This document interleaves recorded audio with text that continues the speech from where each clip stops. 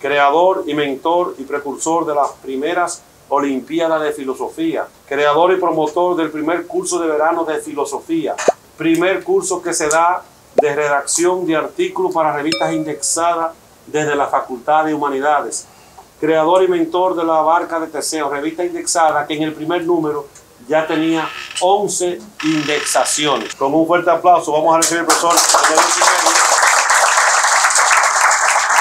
que va a trabajar el diálogo El Fedón. El Fedón. El Fedón o del alma. Es un diálogo, una conversación entre Fedón y un amigo, Sócrates. Dice que los amigos de Sócrates lo visitaban todos los días y tenían largas conversaciones durante el tiempo que duró en la cárcel. ¿Por qué duró tanto tiempo?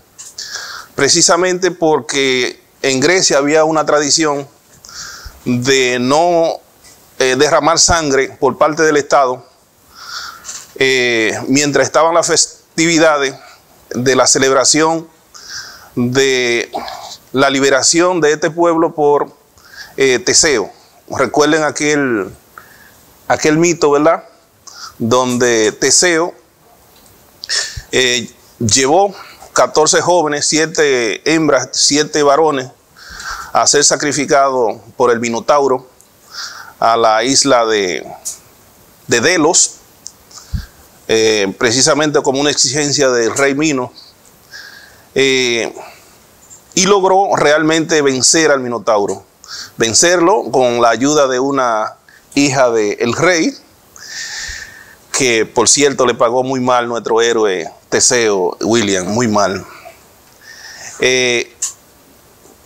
Cuando el barco regresó de Delos, los amigos de Sócrates, yo le voy a llamar amigos porque hay una disonancia entre lo que es un discípulo y un amigo. Pienso que estas personas se comportaron como amigos más que como discípulos. Esa tarde, cuando llegó el barco, entonces los amigos acordaron reunirse más temprano al día siguiente, puesto que solamente le quedaba un día a Sócrates, un día de vida a Sócrates. Ese día llegaron muy temprano y no lo dejaron entrar porque el carcelero, por orden de los jueces, le quitaron los grilletes a Sócrates y estaban haciendo los preparativos propios para la ejecución.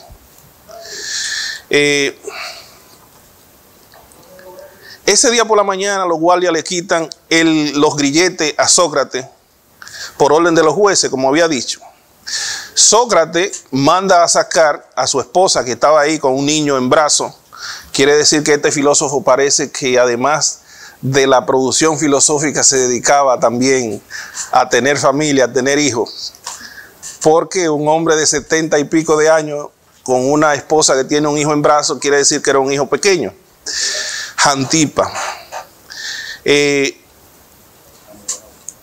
Dice Fedón a su amigo que aquel día Sócrates estaba más tranquilo que nunca, contrario a lo que ocurría con los amigos. Esto resultaba contradictorio para todos ellos, puesto que se supone que una persona que va a morir no debe estar tan tranquilo, lo que evidencia que ellos, desde mi punto de vista, no eran discípulos de Sócrates. O sea, no estaban entendiendo al filósofo. ¿Por qué tan tranquilo si vas a morir? También nos podría llevar a nosotros a pensar que Sócrates estaba fingiendo su alegría y su calma para mantener a los discípulos tranquilos. O sencillamente estos no eran discípulos. Según mi visión eran amigos. Y como evidencia de que eran amigos, recuerden lo que se trató aquí en el Critón, que esos amigos le habían preparado incluso una fuga a Sócrates, y Sócrates le explicó que no, que eso no era propio de un filósofo y mucho menos de él, que se había comprometido con las leyes de la ciudad, que lo habían protegido por tanto tiempo. Entonces cuando las leyes te reclaman, tú no puedes salir corriendo. Si tú tienes 70 años apoyando unas leyes, nunca las denunciaste, entonces ¿por qué cuando las leyes tocan a tu puerta, tú sale corriendo. O sea, no era propio de un filósofo. Además, 70 años, un hombre corriendo a los 70 años, ya no es propio. Usted oye, Morla, que tiene 70 años ya no puede correr. Tiene que esperar lo que él llegó. En ese sentido, podríamos decir, en el sentido de que no eran discípulos, podemos hacer la comparación también con los llamados discípulos de Jesús. Ahí no habían discípulos tampoco, porque se supone que si eran discípulos debieron haber entendido la doctrina del maestro y haber asumido un comportamiento más o menos igual. Pero ocurre que no, que se comportaron de manera muy distinta a lo que se comportó el maestro y no entendían nada. La tranquilidad de Sócrates es la que trae a escena el tema de la muerte y de la inmortalidad del alma. Lo que, según mi punto de vista, y sé que Dustin estará de acuerdo conmigo, evidencia la calidad de la creación artística de Platón. O sea, este es un diálogo realmente bello, bien organizado, bien estructurado, que no deja duda de que es un diálogo de ficción, más que un diálogo que está narrando la realidad. Yo sé que muchos no estarán de acuerdo conmigo con esos juicios, pero es un diálogo realmente bello. Es innegable que este diálogo es una pieza realmente hermosa. A partir de ese momento, entonces, Sócrates comienza a dialogar con Cebes y con Simia, que le traen un mensaje, una especie de pregunta, que me parece también como una queja de Hebeno, que era un poeta, que le manda a preguntar que si a esas alturas de la vida Sócrates pensaba dedicarse a la poesía. Sócrates aprovecha y le envía un mensaje a Hebeno, diciéndole que no, que era que él había recibido siempre el llamado del Dios que le decía que se dedicara a ese arte, pero él había entendido que el arte más armonioso, más bello, era la filosofía, y que en estos días que le quedaban, entonces intentó hacer poesía, y para ello echó mano de los refranes que conocía. Pero el mensaje que le envía es lo interesante, porque introduce el problema del alma. Dice Sócrates, después de explicarle las razones de ocuparse de este arte popular, le envía el siguiente mensaje a Hebeno. Dice: dile pues a Hebeno, Cebes, que tenga salud y que si es hombre sensato, me siga lo más rápidamente posible. Me marcharé, según parece, hoy, puesto que lo ordenan los atenienses. ¿Qué hay detrás de esta invitación que le hace Sócrates a Hebeno, a que lo siga en la muerte? Bueno, aquí está implicado naturalmente la idea de la preexistencia del alma y de la reminiscencia. Y Sócrates lo expresa con estas palabras: el aprender no es sino recordar. Resulta también, si dicho argumento no es falso, que es necesario que nosotros hayamos aprendido en un tiempo anterior lo que ahora recordamos. Mas esto es imposible a no ser que existiera nuestra alma en alguna parte antes de llegar a esta figura humana. Está dicho. Según Sócrates, el alma es prisionera del cuerpo. Lo expresa con esta palabra: los hombres estamos en una especie de presidio y que no debe liberarse a uno mismo ni evadirse de él. Aquí está implícito un problema: que el alma permanece en un tránsito circular de reencarnación en reencarnación. Pero está implícito también el problema del suicidio, que voy a explicar a continuación. Dice Sócrates: si de los muertos renace lo vivo, ¿qué otra cosa cabe afirmar sino que nuestra alma o que nuestras almas tienen una existencia en el otro mundo? Sócrates sostiene la posible causa de la unión del alma y el cuerpo y la posterior separación es tres asuntos que él dice: como un castigo por impureza, como una necesidad cósmica ordenada por los dioses, como una misión purificadora en la que el alma debe pasar por el cuerpo como una prueba o aprendizaje. Aquí viene entonces el papel que juega la filosofía en este proceso, o sea, el proceso anterior, que es preparar el alma para la liberación. Dice Sócrates: si alguna vez hemos de saber algo en puridad, tenemos que desembarazarnos del cuerpo y contemplar tan solo con el alma las cosas en sí mismas. O sea, que mientras estamos en el cuerpo no podemos conocer las ideas puras. Debemos deshacernos del cuerpo para poder contemplar realmente las ideas puras y filosofar verdaderamente. Puntos que debemos recordar hasta este momento: que el alma llega al cuerpo al nacer, como parte de un ciclo cósmico. Bien, aquí Platón no explica bien cómo llega el alma al cuerpo. Simplemente es como si entrara o cayera. En otros lugares él explica como que el demiurgo introduce el alma en el cuerpo, pero es como que el alma vive y está en prisión, contrario a lo que nuestros amigos cristianos van a decir del alma. En la visión cristiana, al momento de la concepción, Dios, o el Espíritu de Dios, supongo, sopla o ensufla o inyecta el espíritu, no el alma. El alma se va a desarrollar posteriormente cuando el ser se desarrolla y tiene autoconciencia, toma autoconciencia. Segundo, que el alma preexiste, conoce las ideas y al encarnarse olvida ese conocimiento. O sea, en ese sentido, el ser humano entonces no aprende las cosas, lo que viene a recordarlas.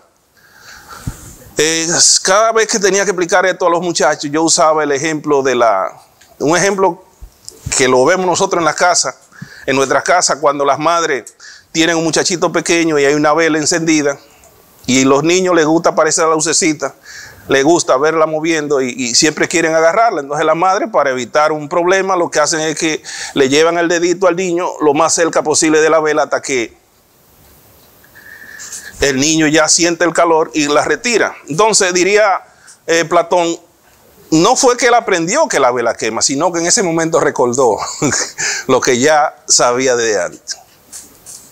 Tercero, que el nacimiento es una reencarnación o metempsicosis, que es como la transmigración de las almas, que eso lo vamos a encontrar también en religiones como el brahmanismo, el orfismo, que es anterior, y el budismo. O sea, la transmigración de las almas es un sistema que no es propio planteado por Platón, sino que estaba ya en el orfismo, en la religión órfica.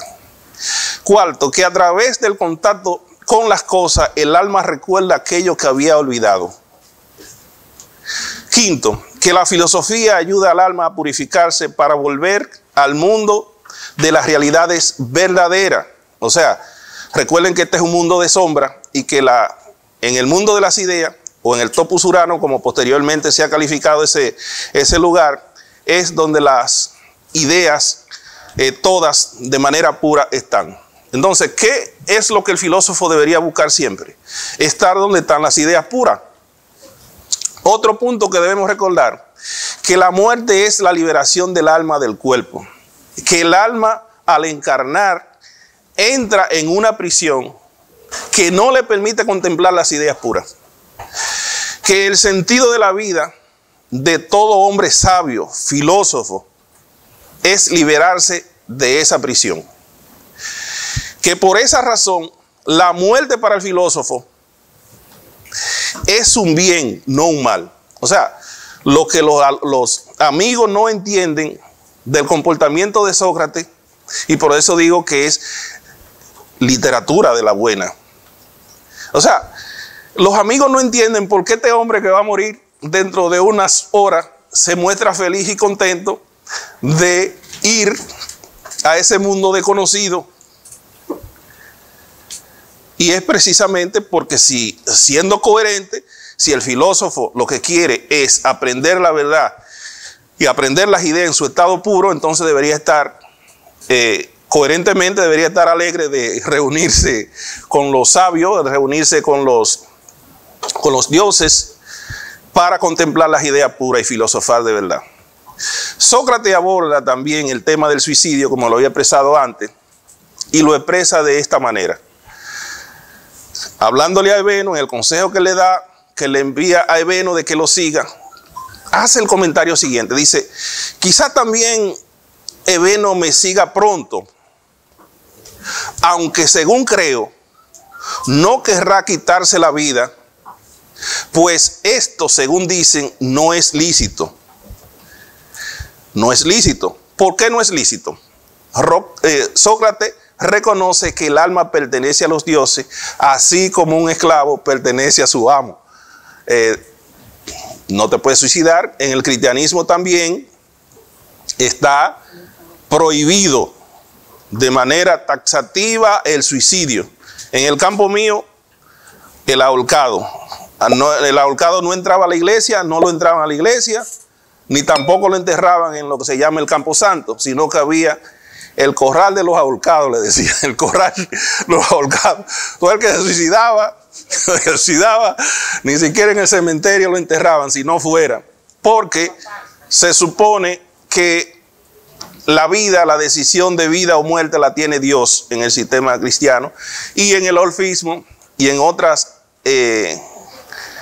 tradiciones filosóficas como lo pitagórico y posteriormente también algunas tradiciones platónicas, el alma pertenece a los dioses y al hombre no le es dado disponer libremente de ella.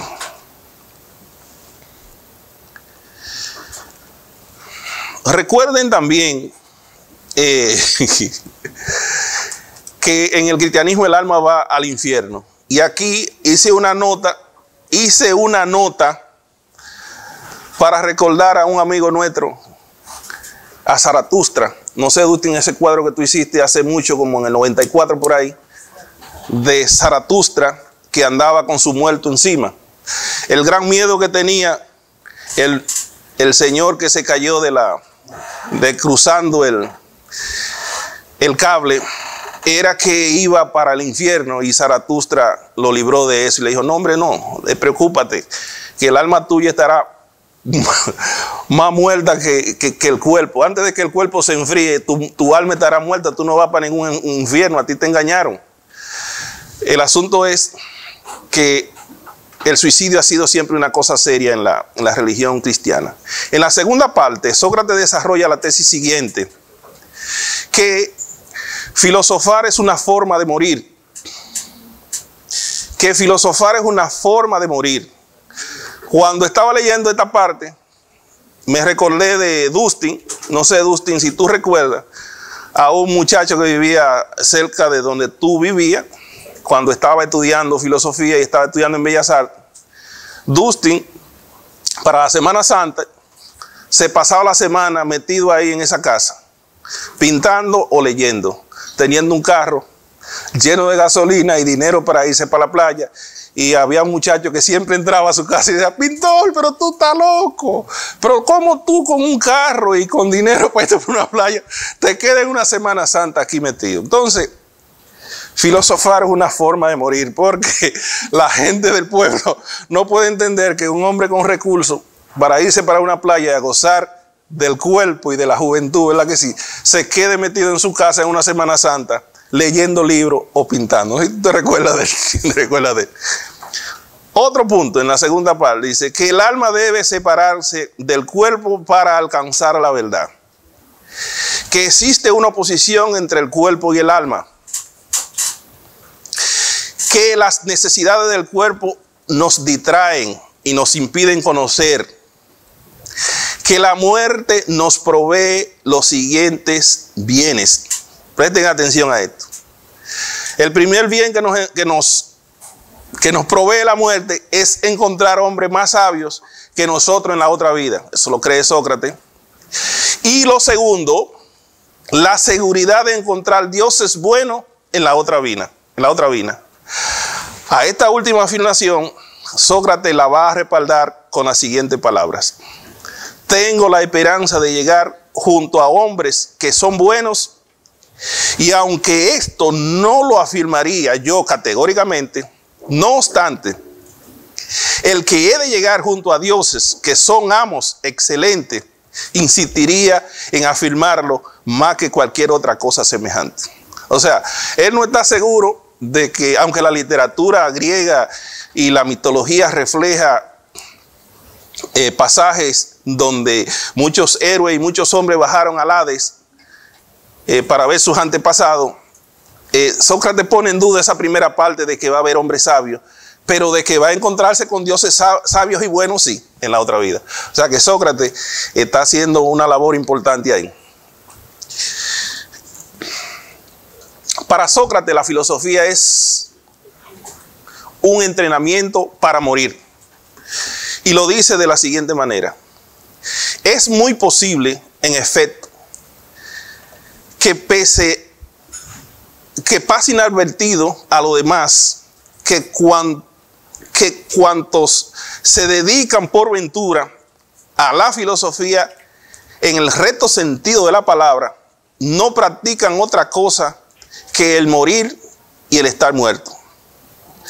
En eso pensaba yo con el profesor Albelo cuando uno va a su casa y se mete en esa inmensidad de libros que tiene, que ni siquiera un apartamento entero le dio para ponerlo todo, sino que tiene que tener en el garaje también. Uno piensa que este hombre que se dedica a la filosofía en el recto sentido de la palabra no está practicando sino el arte de morir, de olvidarse del mundo y conectarse con el espíritu, en este caso absoluto, ¿verdad que sí? ¿Qué es la muerte? Porque hay que definir qué es la muerte. Y según lo define Sócrates en este texto, la muerte es la separación del alma del cuerpo. El estar muerto consiste en que el cuerpo, una vez separado del alma, queda a un lado solo en sí mismo. Y el alma separada del cuerpo, sola en sí misma. O sea, que no están ligados, que el alma lo que quiere, de que desde que entró a este cuerpo, a esta prisión, lo que quiere es liberarse para estar sola. Por eso entonces la muerte para el filósofo debe parecerle buena, según esta idea. El cuerpo, dice Sócrates, que el cuerpo es un obstáculo para el conocimiento. Por eso se ocupa de desacreditar el conocimiento que nos llega a través de los sentidos, de la vista, del oído, del olfato, del tacto y del gusto. Y ponderar naturalmente el que nos llega a través de la razón. En cuanto a las dificultades y limitaciones del cuerpo, dice Sócrates que mientras el cuerpo está mezclado con el alma, nunca conocerá la verdad. Dice textualmente: mientras tengamos el cuerpo y nuestra alma esté mezclada con semejante mal, jamás alcanzaremos de manera suficiente lo que deseamos. Si, como decimos, lo que deseamos es la verdad. O sea que ninguno de ustedes, filósofos que creen haber alcanzado la verdad, no es posible que la hayan alcanzado según Sócrates, puesto que todavía no han visto las ideas en su estado puro. ¿Verdad que sí? Si en efecto lo que buscamos es la verdad, que es. En efecto, son un sinfín de preocupaciones que nos procura el cuerpo por culpa de la necesaria alimentación. Y encima, si nos ataca una enfermedad, nos impide la caza de la verdad. Eso es correcto, eso es así. Decía el filósofo Edwin, que anda por ahí, que a veces llega con todo el deseo de leer en la casa, pero después que se pasó el día entero trabajando, lo que le dé sueño.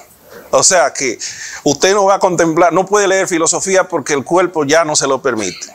El alma quiere, pero el cuerpo no le ayuda.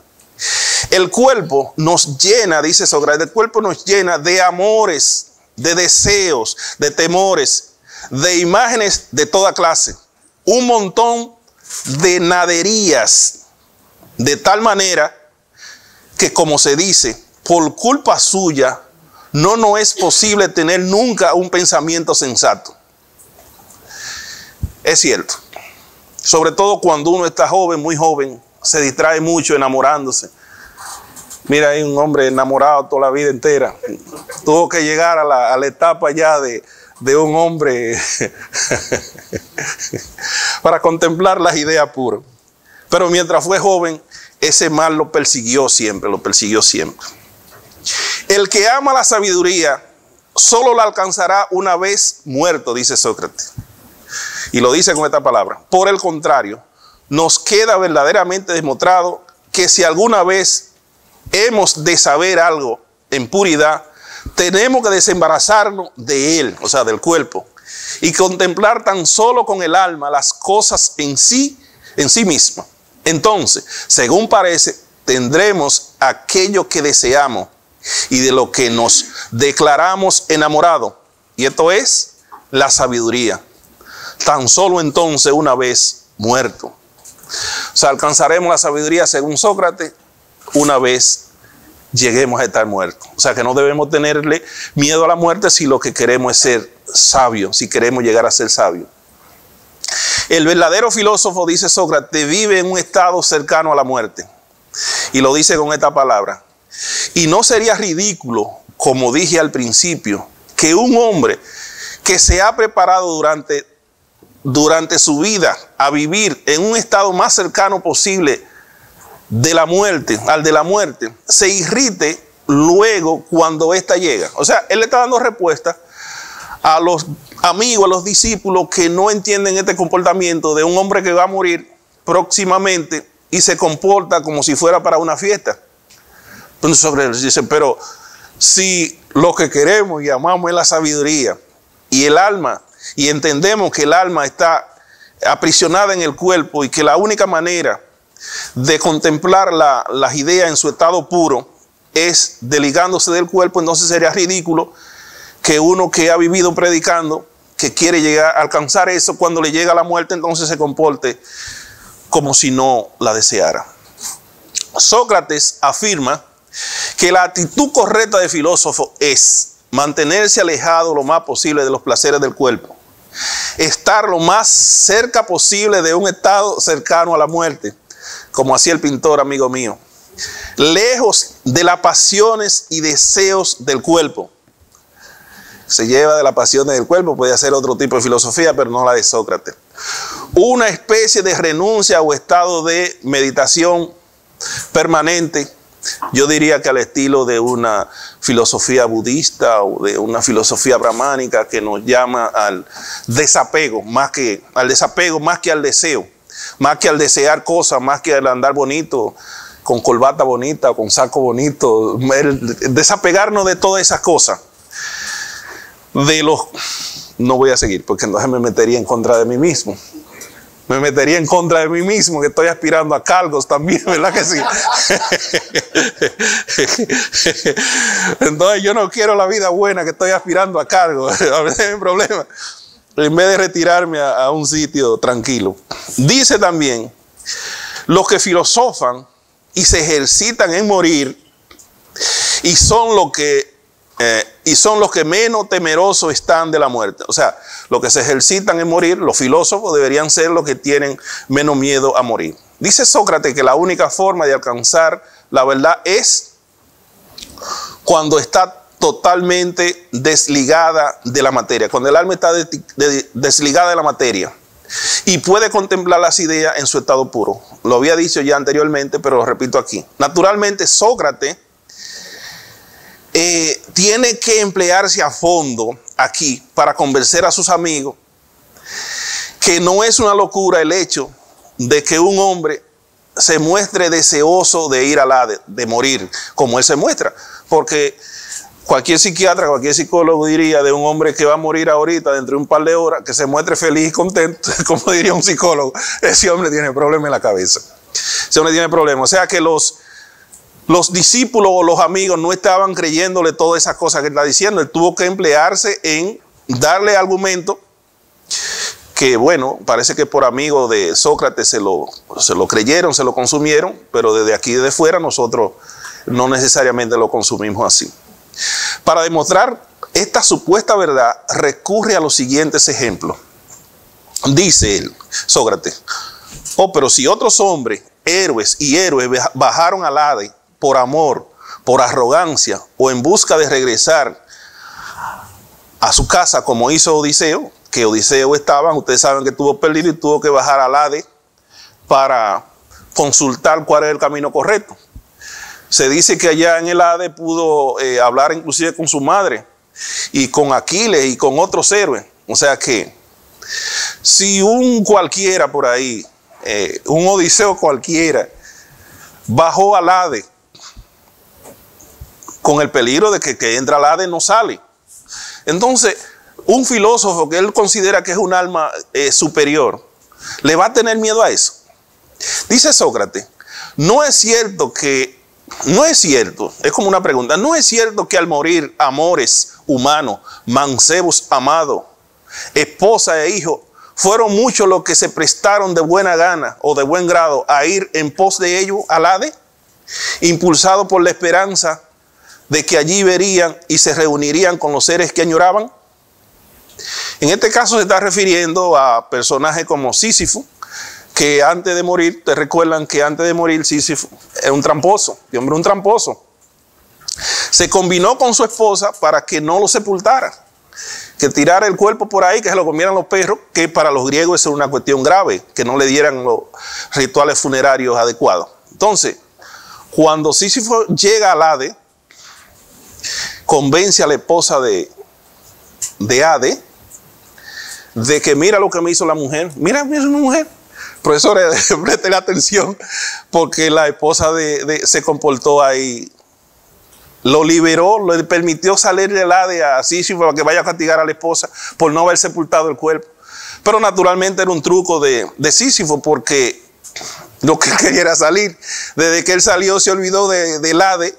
Desde que él sintió el sol en la piel, dijo, no, yo no vuelvo para allá. Nunca más regresó al Hades, pero fue devuelto. Ustedes saben, no hay tiempo para contar eso. Fue devuelto y castigado a subir una piedra desde la falda de una montaña hasta la cima, hasta arriba. Ese era su trabajo, per secula seculorum. O sea, subir una gran roca, pasarse el día subiéndolo, y cuando llegaba a la cima, la piedra volvía a bajar. Para él tener que volver a comenzar al otro día. Lo que se llama un trabajo absurdo que nunca termina. Esa imagen se ha tomado como un símil de lo que es la vida humana. Fíjense que uno se pasa la vida entera estudiando, trabajando y haciendo cosas para organizarse, y al final de la vida la piedra vuelve y rueda, porque ahí vienen las enfermedades, vienen las tragedias, vienen las desgracias. Hay gente que trabaja toda la vida para casarse y el día que se casa se va de luna de miel y tiene un accidente. O está en la luna de miel y allá lo llaman que le pasó algo a un familiar. En fin, que estamos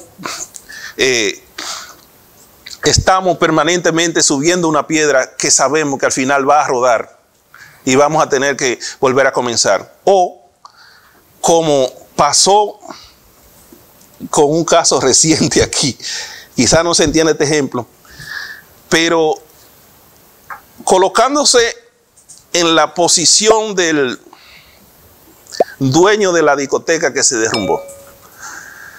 Seguramente esta familia se pasó muchísimo tiempo construyendo una empresa y seguramente pensaban que se habían librado de la pobreza. Y cuando viene a ver esa persona, producto de estos procesos, terminan presos y sin uno en la cartera. Yo sé que debimos de referirnos a la familia que murieron, pero no. Simplemente estoy poniendo el ejemplo de que a veces uno cree que tiene seguro las cosas y no la tiene segura. El absurdo existe. También Sócrates se refiere a esos héroes. A uno de los héroes que se refiere es a Orfeo. Ya saben que Orfeo también bajó al Hades a buscar a su esposa que había muerto, creo que la mordió una serpiente. Hade lo convenció a Hade con la música y Hade le permite que entre a buscar a la esposa, pero con la condición de que debe sacarla del Hade con la música, guiada por la música, y que no podía mirar atrás a verla. Pero imagínense ustedes la curiosidad, parece que este muchacho también parece que era humano y no aguantó la curiosidad, y él sentía que la esposa venía ahí atrás y ya antes de salir miró para atrás. Entonces el mito dice que no logró ni siquiera verla, sino como una neblina que se desvaneció frente a sus ojos y regresó al mundo de los muertos. También bajó al Hade Teseo, nuestro héroe de la revista, ¿verdad? Bajó acompañando a un amigo, que ese será más loco que todo lo loco, porque imagínense bajar al Hade a raptar la esposa de Hade para casarse con ella. Oiga, qué maldita locura, habiendo tantas posibilidades aquí arriba. Y bajó él a donde está dicho que el que baja no puede salir. Pues allá se quedaron los dos atrapados. Hasta que Heracles o Hércules lo liberó a Teseo. Al otro se quedó ahí atrapado para siempre. Finalmente, también bajó Hércules, como ya está dicho, capturó al perro Cerbero, lo trajo a la superficie como uno de los trabajos y lo volvió y lo regresó.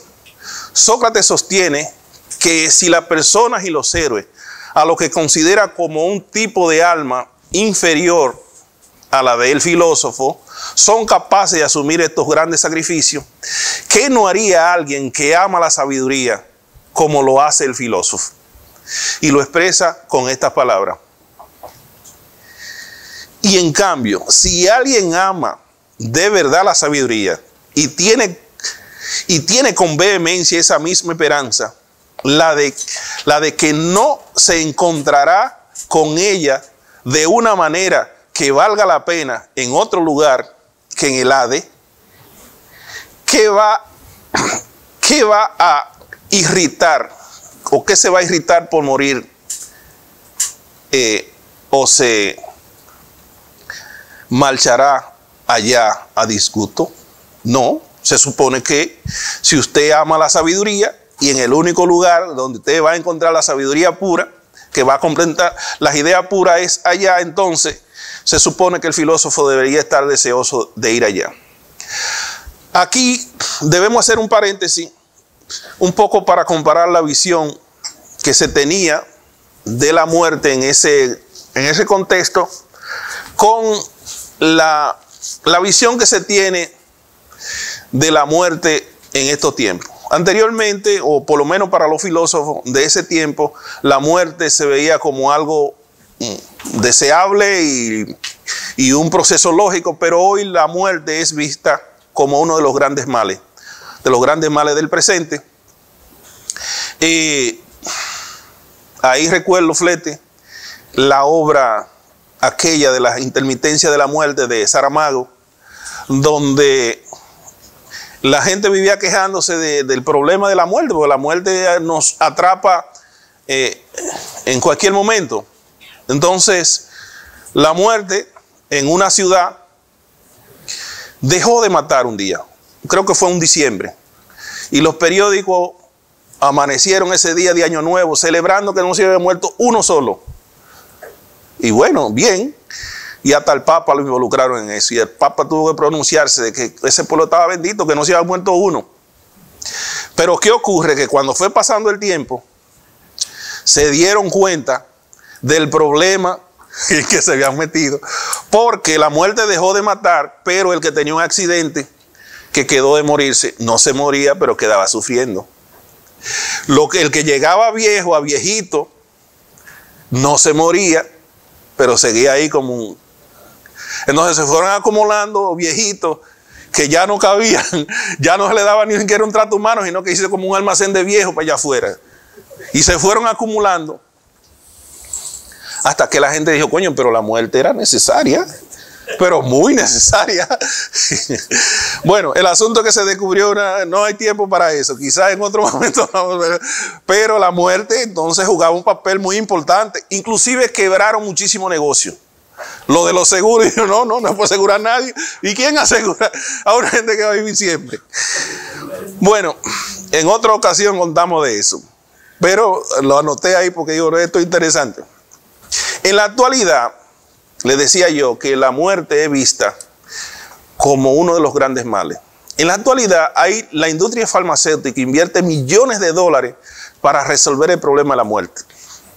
Hay un ejemplo, hay una empresa que es de Google, propiedad de Google, que se llama Calico, que fue formada para ocuparse única y exclusivamente a la solución del problema de la muerte. Ahí lo que trabajan son personas que tienen mentalidad de ingeniero. Y los ingenieros no abordan la muerte como un problema metafísico, sino como un problema técnico al que hay que buscarle solución. ¿Por qué ven la muerte como un problema técnico? Bueno, porque ellos dicen, oye, pero si existen especies que viven 507 años, existen otras especies que viven 1500 años, mientras que hay otras que viven solo unos días. Entonces la muerte no es un problema metafísico. La muerte es un problema técnico. Nosotros nos morimos por algo. Algo es que le pasa al cuerpo del humano, que nada más dura apenas 100 algo de años, mientras que hay tortugas que viven 200 o viven 300. Es un problema. Y están trabajando en eso y han logrado, oigan la buena noticia que han logrado. Bueno. Calico ya ha logrado duplicar la edad de un gusano llamado C.C. elegans. No se alegren mucho. El gusano lo que duraba era una semana y ahora dura 2. Pero algo es algo. Bien, así que lo que yo les recomiendo a todos es que traten de no morirse ahora. Traten de no morirse ahora.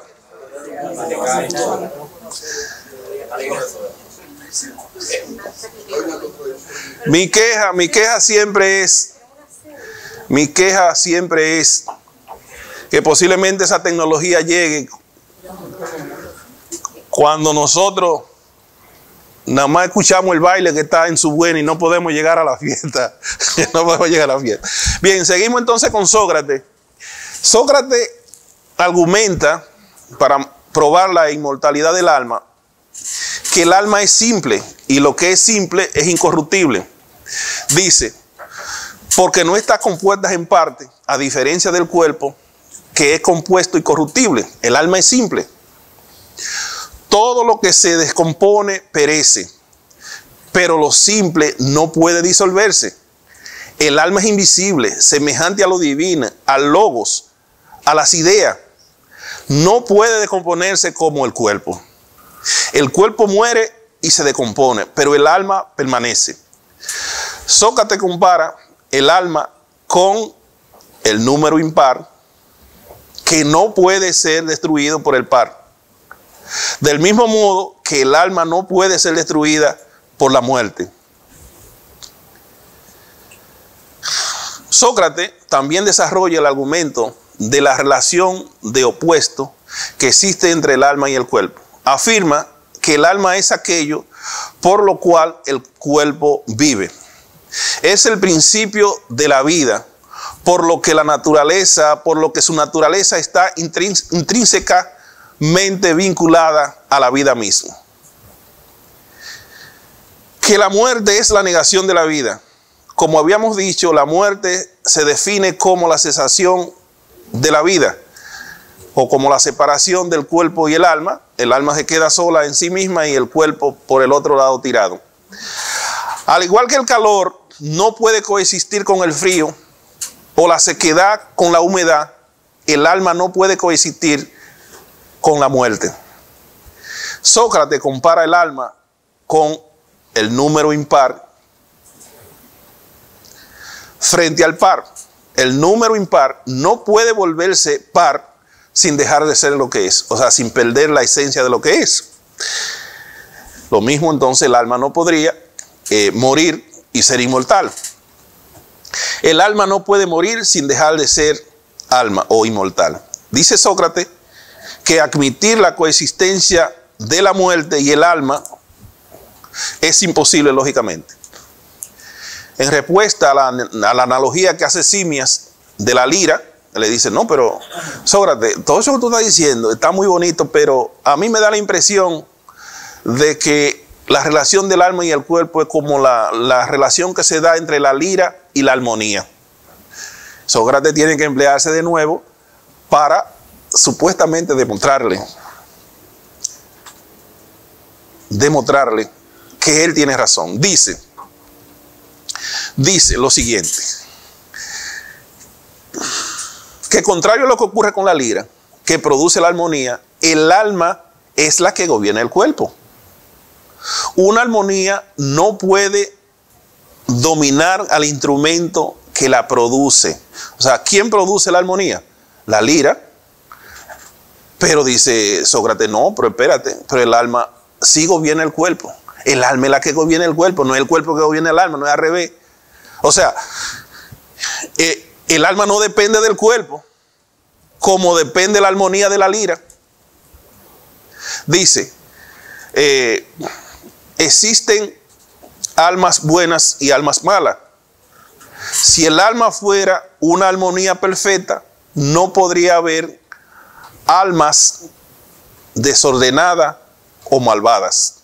Recuerden que en esta visión se mantiene, y por eso yo siempre he pensado que hay una conexión muy estrecha entre la visión que tenían Medio Oriente y que tenían otros países como la India y la filosofía griega, porque el principio es el mismo.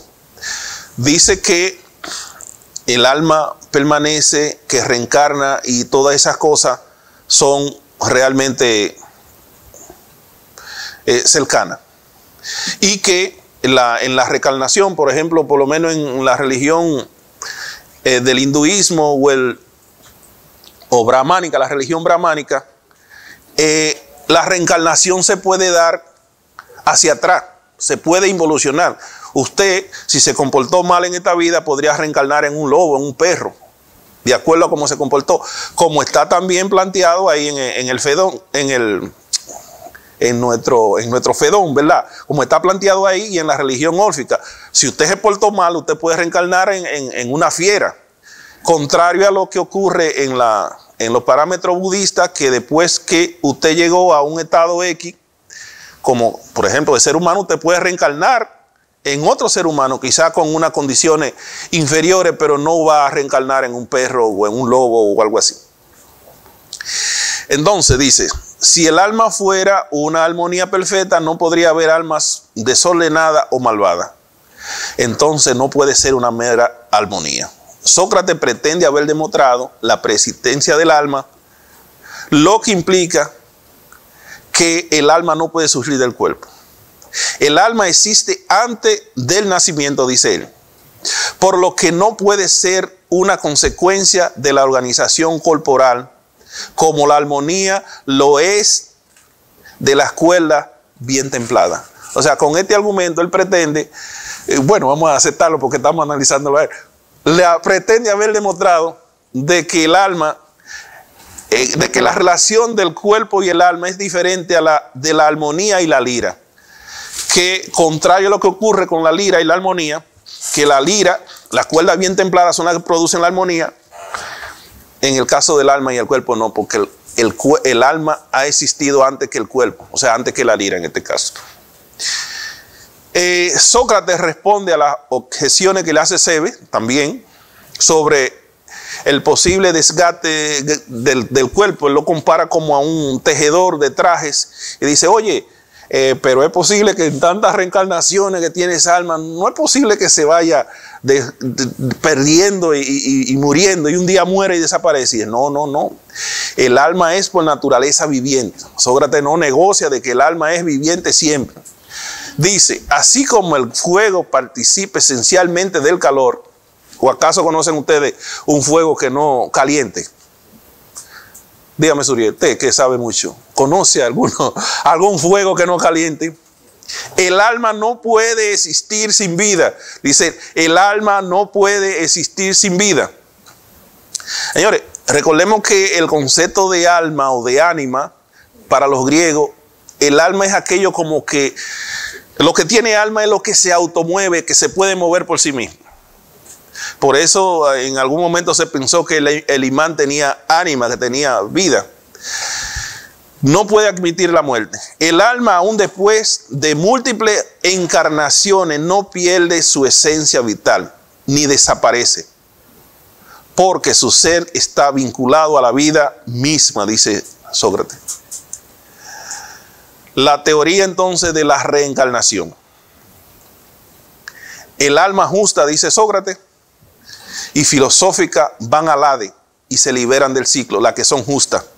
Es como una especie como de isla o de lugar donde ahí es que usted va a disfrutar de lo lindo, conociendo a los antiguos sabios y conociendo incluso a los dioses y a sus antepasados.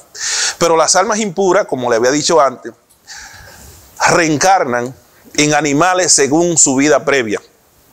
En el budismo tibetano hay toda una descripción de los pasos que da el alma para reencarnar, que es interesantísimo.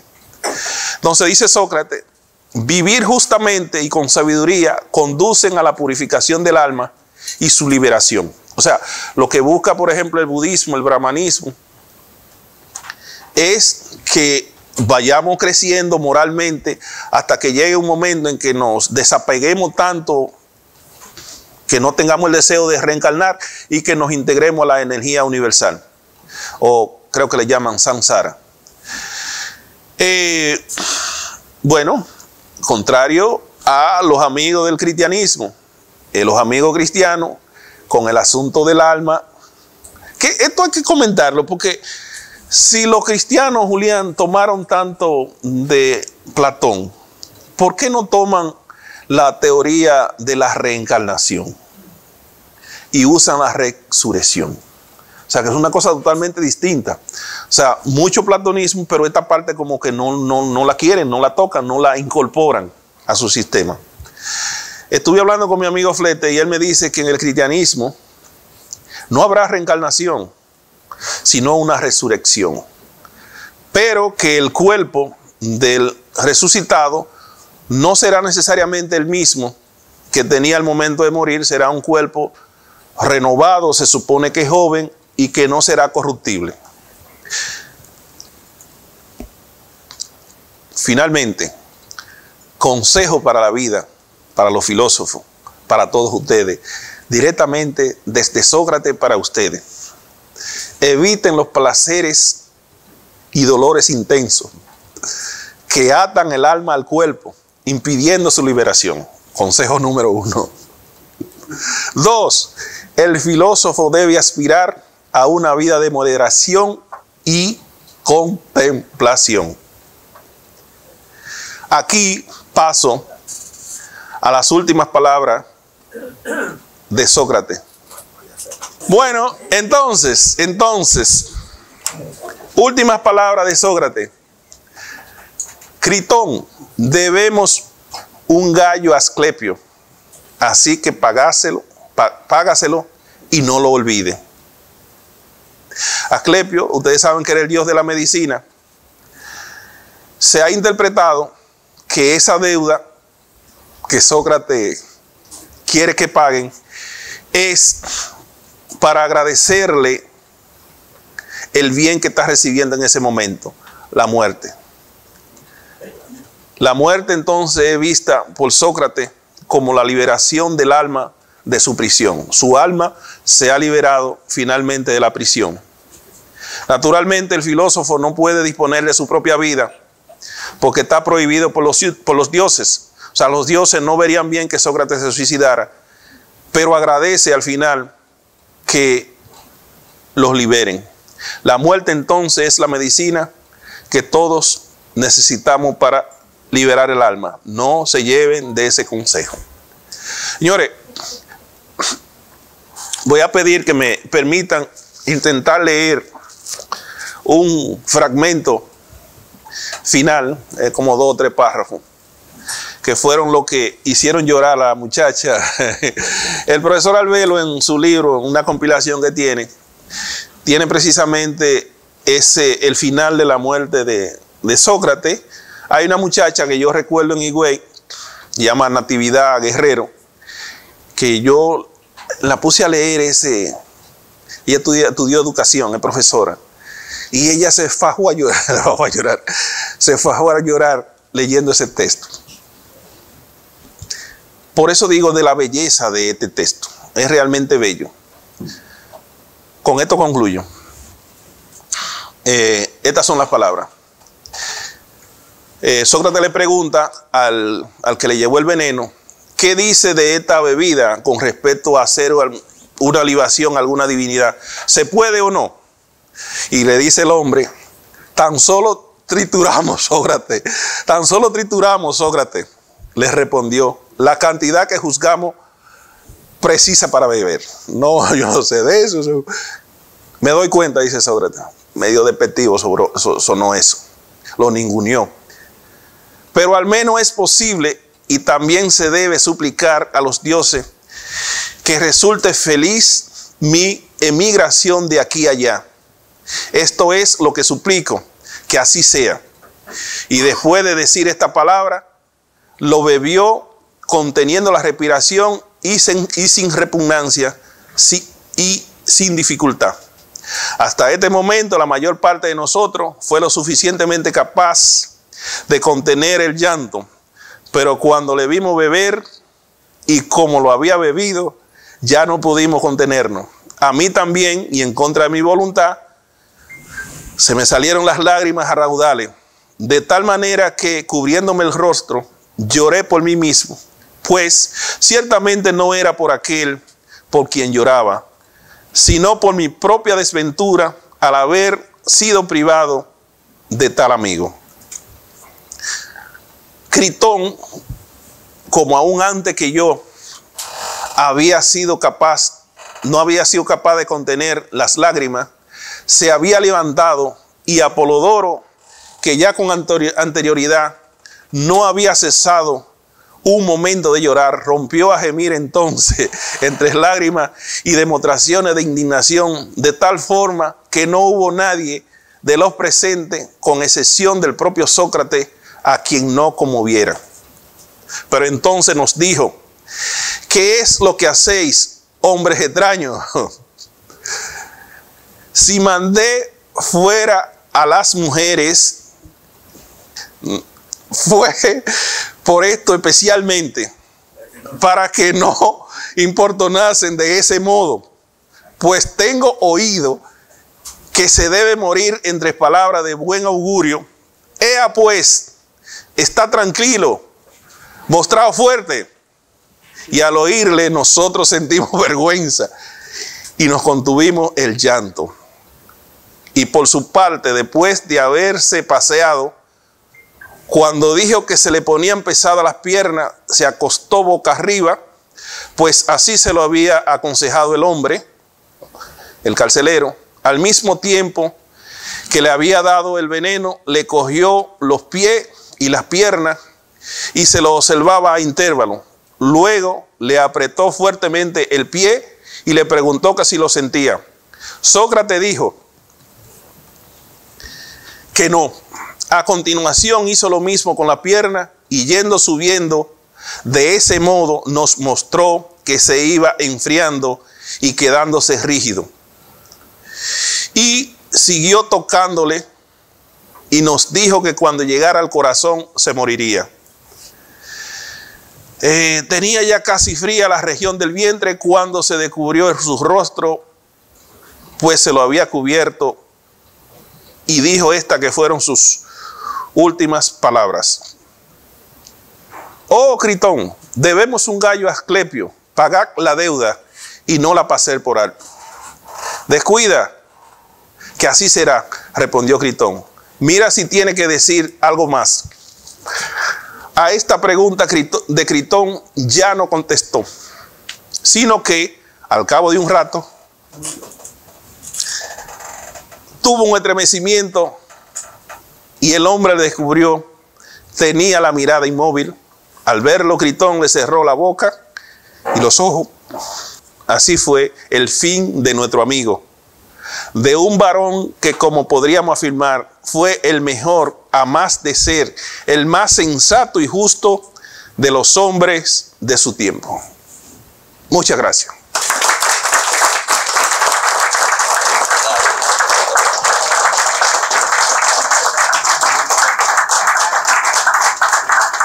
He estado mucho en profundo análisis que acaba de presentar a nivel doctoral Eulogio, un tremendo análisis desde mi perspectiva profundo. Yo acostumbro a leer los diálogos antes de venir cuando se anuncian, pero no tuve la chance de leerlo, y con este análisis me voy muy motivado a hacerlo.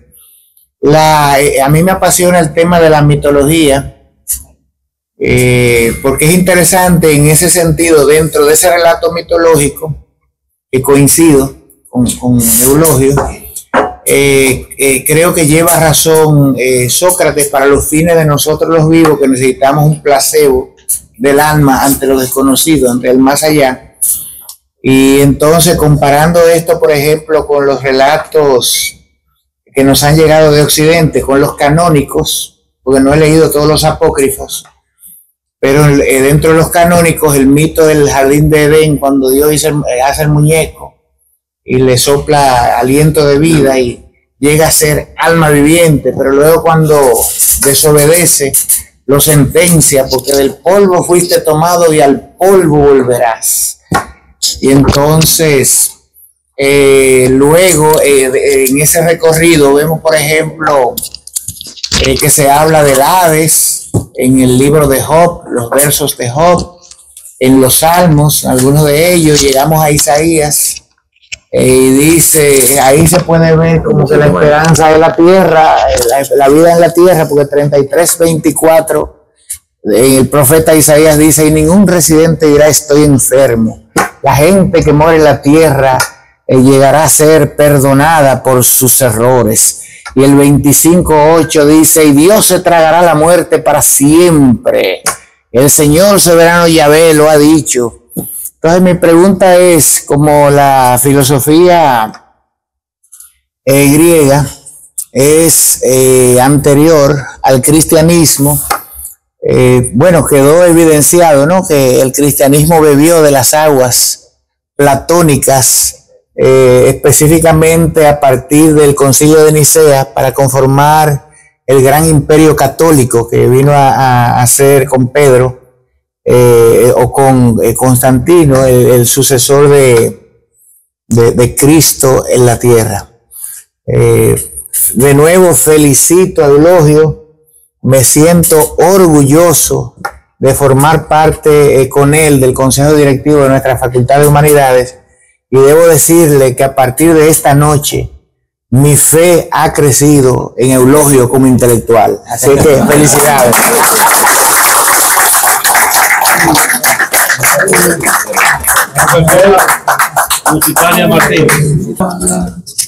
Felicitación del señor decano por la explicación tan rica y profunda que ha dado del FEDOM. Y me siento muy contenta, además, porque yo creo que de todos los diálogos, este es un diálogo que debe inducir, provocar mucha discusión, porque es básico, es pura ontología.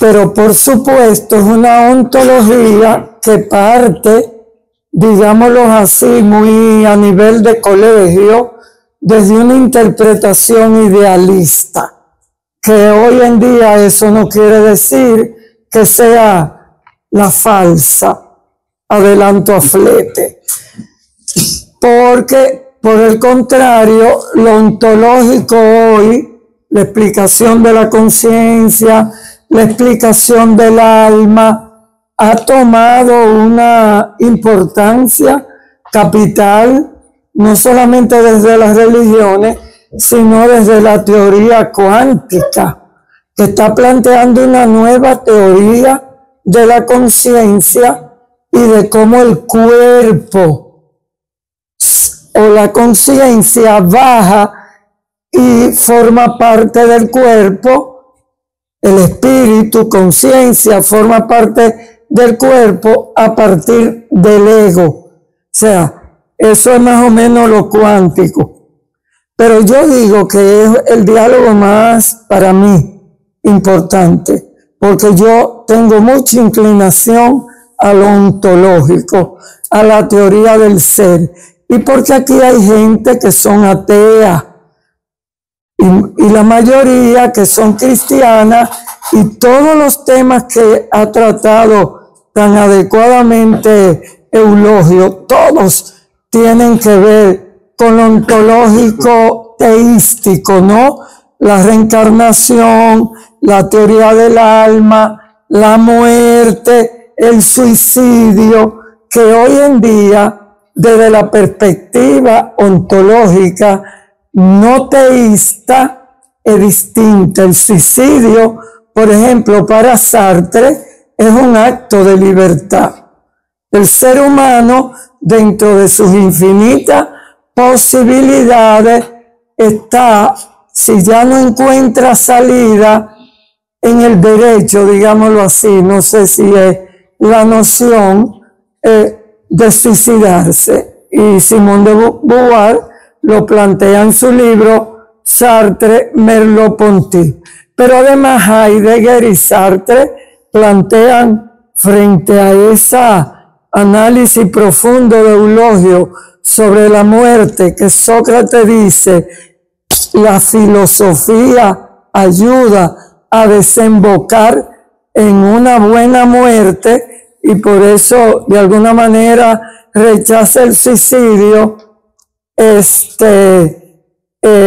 Para Sartre es un evento sin ninguna importancia, por una explicación muy larga que tiene que ver con eso de que él habló, la pasión inútil, el mito de Sísifo, esta vida siempre uno eligiendo y haciendo y luego fracasando.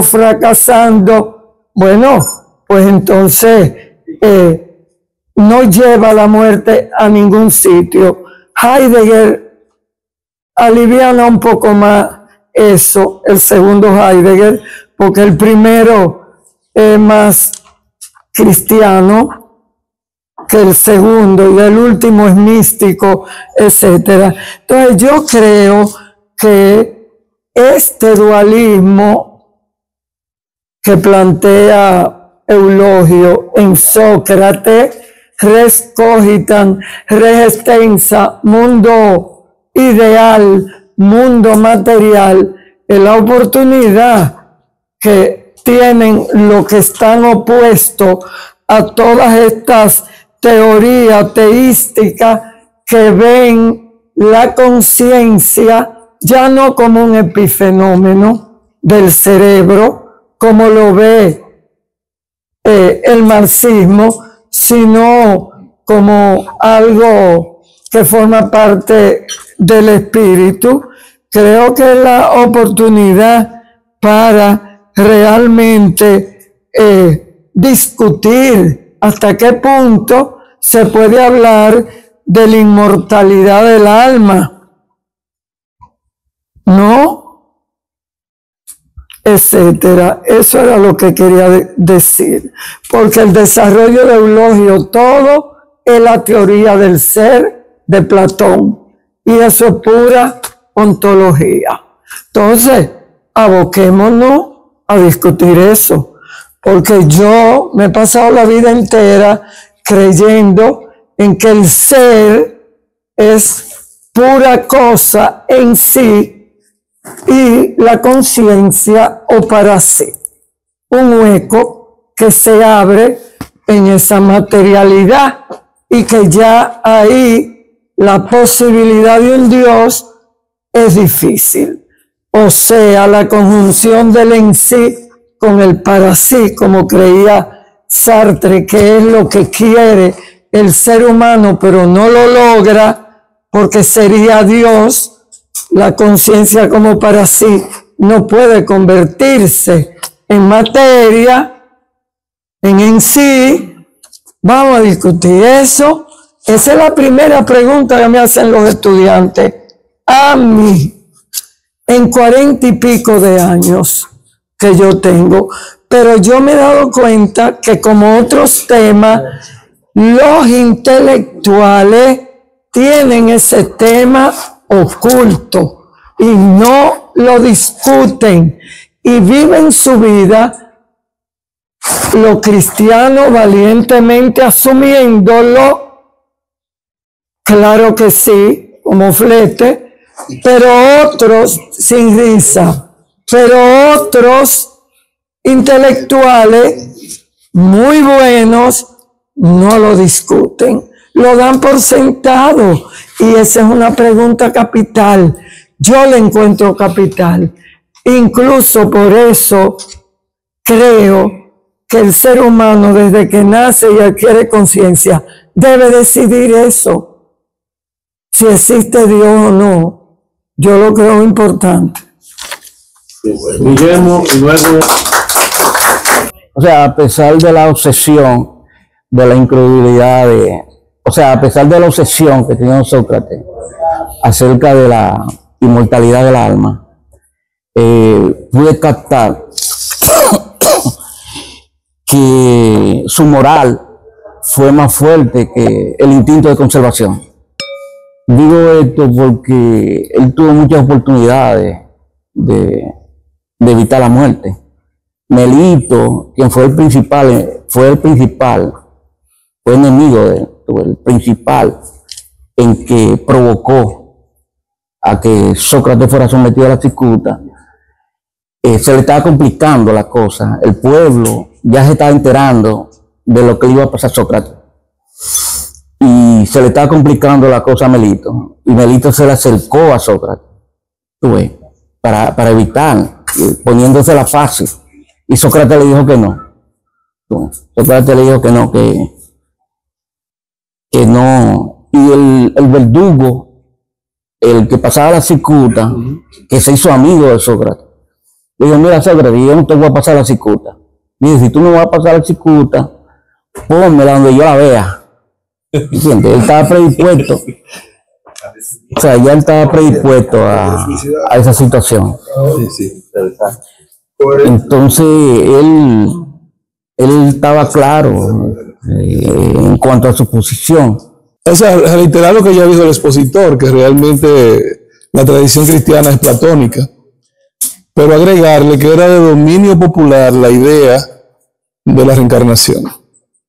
Lo que pasa es que en varios concilios, sobre todo el Papa Gregorio XIII, eliminaron ex profeso la idea del concepto de reencarnación. Pero si uno mira con calma la Biblia, se da cuenta de que en muchos pasajes hay referencias indirectas. Por ejemplo, decirle a Jesús que sí, él era Elías, pero Elías había muerto y no murió pareciéndose físicamente a Jesús.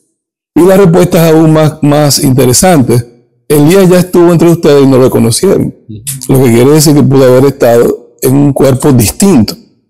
Y así muchas otras citas que ahora no tengo en la cabeza, que refieren seguramente al tema de la reencarnación.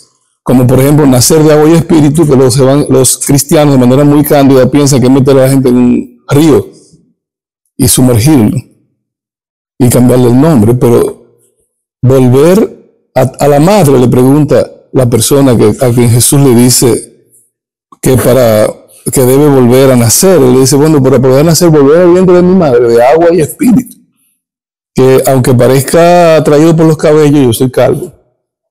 Tiene mucho que ver con el planteamiento de Lusitania en términos de cuerpo, conciencia, agua, espíritu. Si vamos a la simbología mítica, la importancia del concepto del agua no se refiere obviamente al agua física. Así que pienso yo que hay que volver otra vez, como dice Lucy, a discutir eso. Y por último, hay un autor que yo invito a leer, me siento muy en solitario con él porque es un hombre que va a caballo entre la ciencia y la espiritualidad. Biólogo, doctor en biología molecular, lo que le ha resultado difícil a sus enemigos contrarrestar sus teorías, que se llama Rupert Sheldrake. El doctor Rupert Sheldrake también pone el dedo en la llaga con respecto a qué cosa es la conciencia. Podemos diferenciar, separar el concepto de conciencia de la tradicional mirada de alma o espíritu. ¿Y qué ocurre con la conciencia una vez transformado el cuerpo? Si la materia es energía que se transforma, ¿qué ocurre con la conciencia? Entonces Rupert Sheldrake propone los campos mórficos, donde él dice que la conciencia también tiene la misma condición de eterna que tiene la energía material. Entonces es un debate que me imagino que para los filósofos debe ser sumamente interesante. Es decir, si aceptamos ya taxativamente que la materia solo se transforma y no desaparece, ¿por qué ingenuamente creemos que la conciencia sí desaparece? Hay un texto que yo he mencionado aquí, que es el texto de Jäger, sobre la teología en los filósofos griegos. Ahí en ese libro, él dice que la inmortalidad del alma es una gota de agua extraña en el pensamiento griego. Yo me puse a escarbar y dije, pero entonces ¿de dónde vino? Le llegó a los griegos y la asumieron al extremo de que de alguna manera le ha servido para justificar una epistemología. No se hablaba de una ontología, pero justifica una epistemología. O sea, el conocimiento como recuerdo. Claro, está montado ahí. Sí. Entonces, pero también está en el pitagorismo. El mismo Platón se recoge a través de Diógenes Laercio que él entendía que su alma se había reencarnado 105 veces anterior a la de él, al momento que estaba viviendo. 105 veces. O sea, que la idea de la transmigración del alma y su inmortalidad era algo muy vivido en el pensamiento griego. Pero yo quiero decir también algo muy importante. Recuérdense que la sociedad griega es una sociedad de amos y esclavos. Y es una sociedad donde hay una separación entre el mundo intelectual, que es el que podemos conectar con el alma, y el mundo material, el ámbito físico. Esa sociedad está atravesada. Y a mí me parece que la división de los dos mundos que hace Platón está vinculado con esa separación. Y que la separación entre alma y cuerpo también está vinculada con esa separación. Es lo mismo, es el mismo proceso. Debemos caerle atrás para entender toda esa dinámica. Y yo creo que seguimos arrastrando toda esa separación en el mundo de hoy, en la época actual. Seguimos separando eso. Por ejemplo, yo estoy reflexionando mucho una idea que debe ser muy madura, pero yo para conseguir mucha tranquilidad espiritual y estar tranquilo en el mundo. Para mí, y para ser solidario con todos nosotros aquí, y para mí, en la naturaleza no existe la muerte. Según yo he reflexionado y he buscado, indagado, no existe la muerte en la naturaleza. A mí me parece que la muerte es una construcción de la cultura, una construcción social.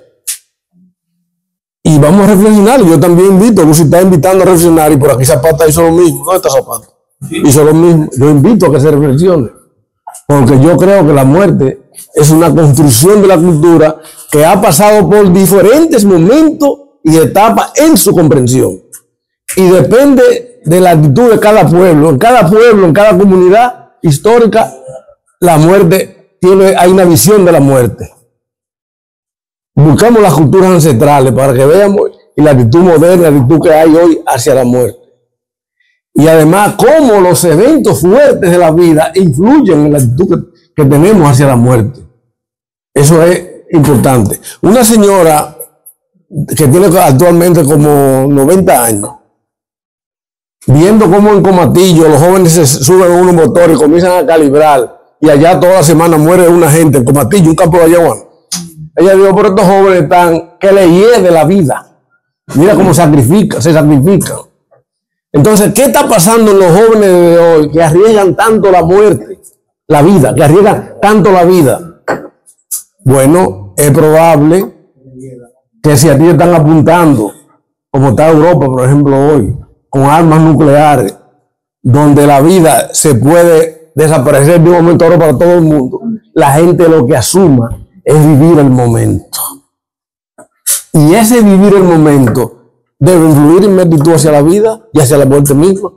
Entonces yo creo que la muerte debemos irla pensando también en su relación con la naturaleza, pero en su relación con la cultura, porque la sociedad no siempre ha tenido la misma actitud hacia la muerte, ha ido variando, como ha variado la diversidad de formas de morir que ha construido la propia modernidad. Antes de existir el avión, no existía el morirse cayéndose de un avión, podía existir. Antes de existir un barco, los barcos, no había la manera de morir ahogado con un barco que se hundió, y así sucesivamente. Es decir, que la forma de morir varía con las posibilidades de desarrollo de la cultura humana. Y la visión de la muerte también ha ido variando conforme a la visión que nosotros hemos ido construyendo de ella. Está una especie de despedida, pero yo creo que eso está montado en una relación natural y una conciencia de lo social que hemos construyendo. Así que muchas gracias. No es original de Platón, sino que Platón se nutre de un discípulo de Pitágoras que era médico. Eso en el Fedro se plantea, pero el tema del alma permea gran parte de los diálogos en el Fedón y también de alguna manera le da una dimensión social en la República, el alma. Entonces, complementando esas ideas y lo que se ha planteado de que el cristianismo de cierta manera es Platón cristianizado en sus diferentes concepciones, sobre todo en la teoría del alma y lo referente a la inmortalidad del alma. Y ese desprecio por lo corporal fue también una continuación de esa dimensión en el diálogo de que lo importante es ese elemento de trascendencia donde el cuerpo, el somas, es como que es campo semántico de cárcel, ¿verdad? Entonces, el cristianismo asume el cuerpo como un elemento de desprecio y por eso se dan todas esas corrientes y estilo de vida ascética de purificación y de flagelación del cuerpo como un elemento que impide la posibilidad de llevarlo a la trascendencia porque el cuerpo de alguna manera lo coarta. Pero, tal como dice Hegel, la filosofía occidental se ha desarrollado en base a dos grandes conceptos. El concepto de naturaleza, que nos viene dado por los griegos, y el concepto de subjetividad que lo aporta el cristianismo.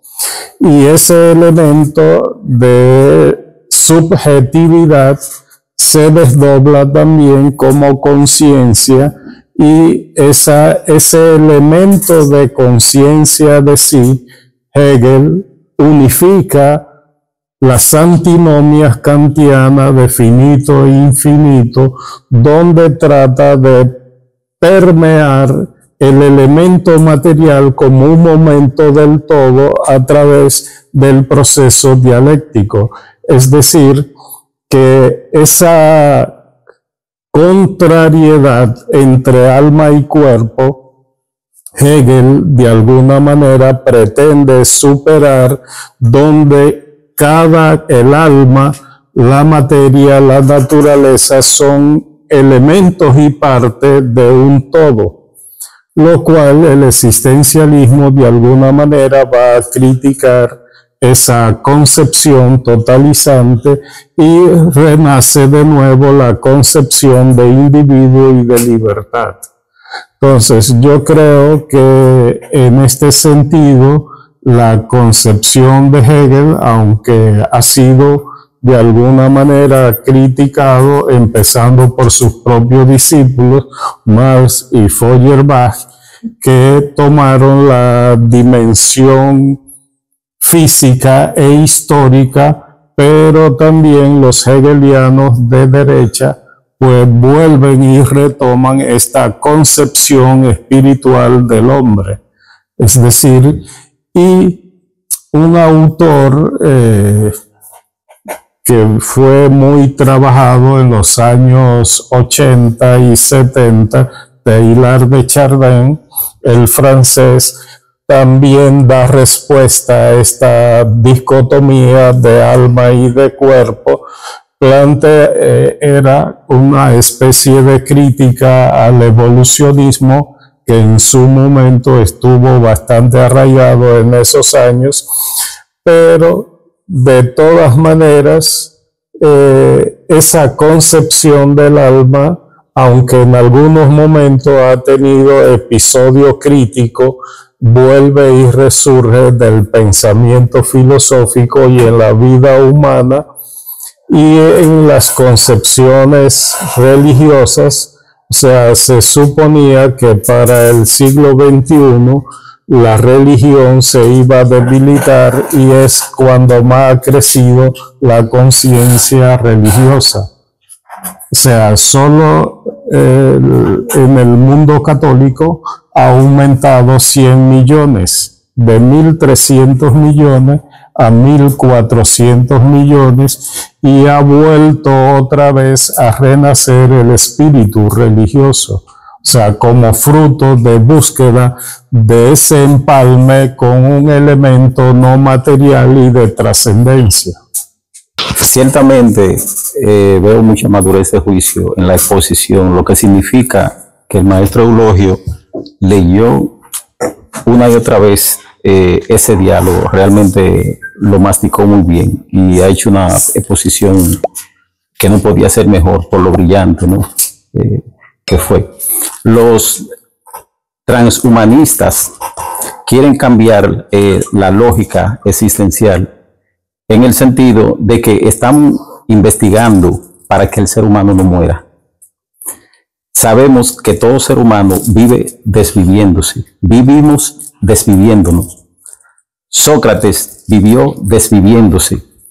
En aquel entonces, tener 70 años, eso era un éxito, era una bendición.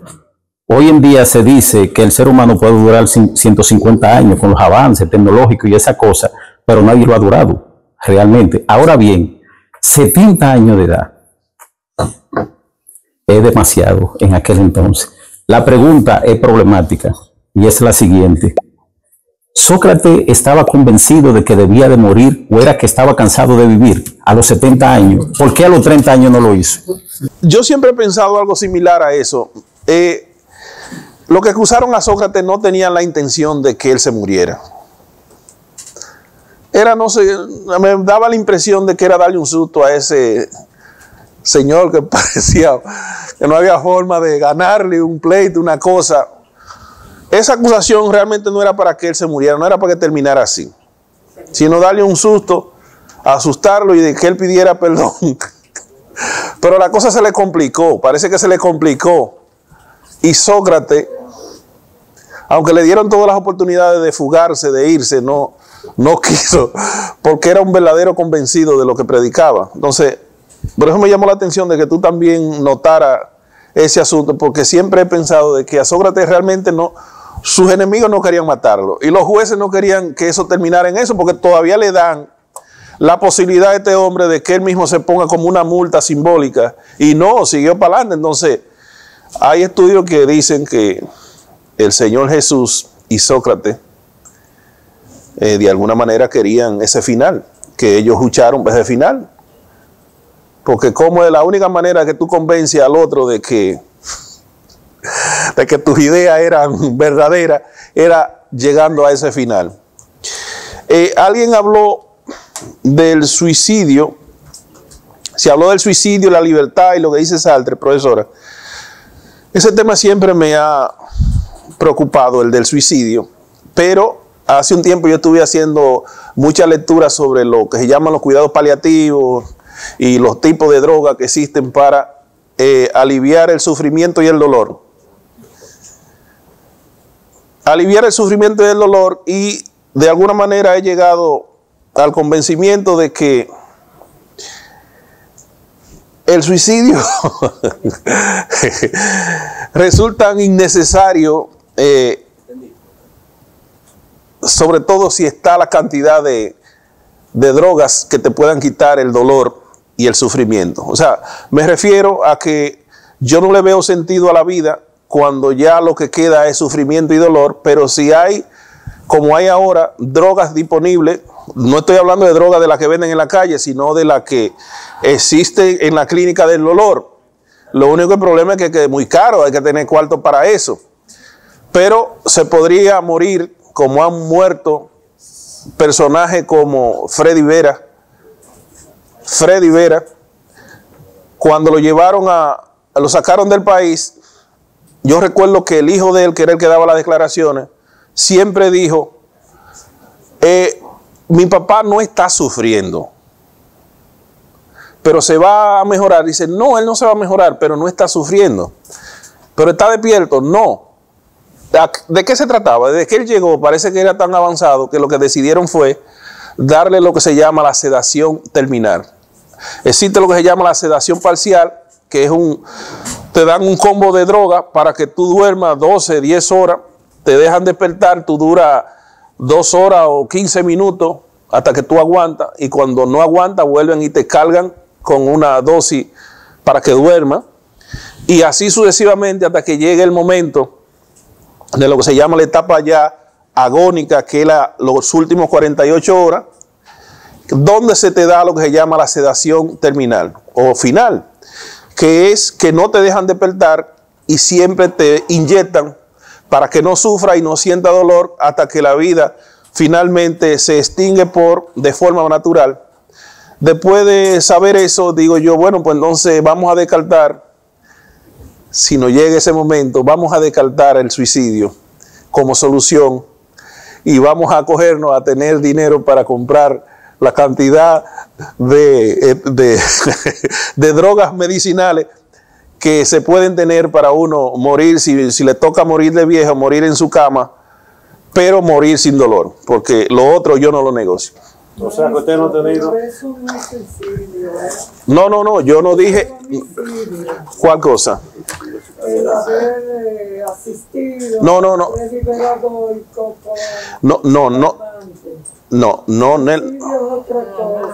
No, son cosas distintas. Perdón. Un minuto. La diferencia básica entre suicidio y lo que se llama suicidio asistido y suicidio. En el caso de Freddy no es ni suicidio ni suicidio asistido, porque él no ha decidido. Cuando es asistido, cuando usted decide que alguien le auxilie, que alguien le ayude para que le suministre la droga para usted realmente morir. Pero la intención no es que muera. Cuando la sedación es parcial y es terminal, no es que muera. Nadie te está matando, simplemente te están dando una forma de suprimir el dolor. O sea, yo tengo artículos sobre la diferencia entre suicidio asistido, suicidio y otras formas que no son de eutanasia, que no son suicidio, ni suicidio asistido, ni nada por el estilo. Señores, muchas gracias. Creo que llegamos al final. Ya, bueno.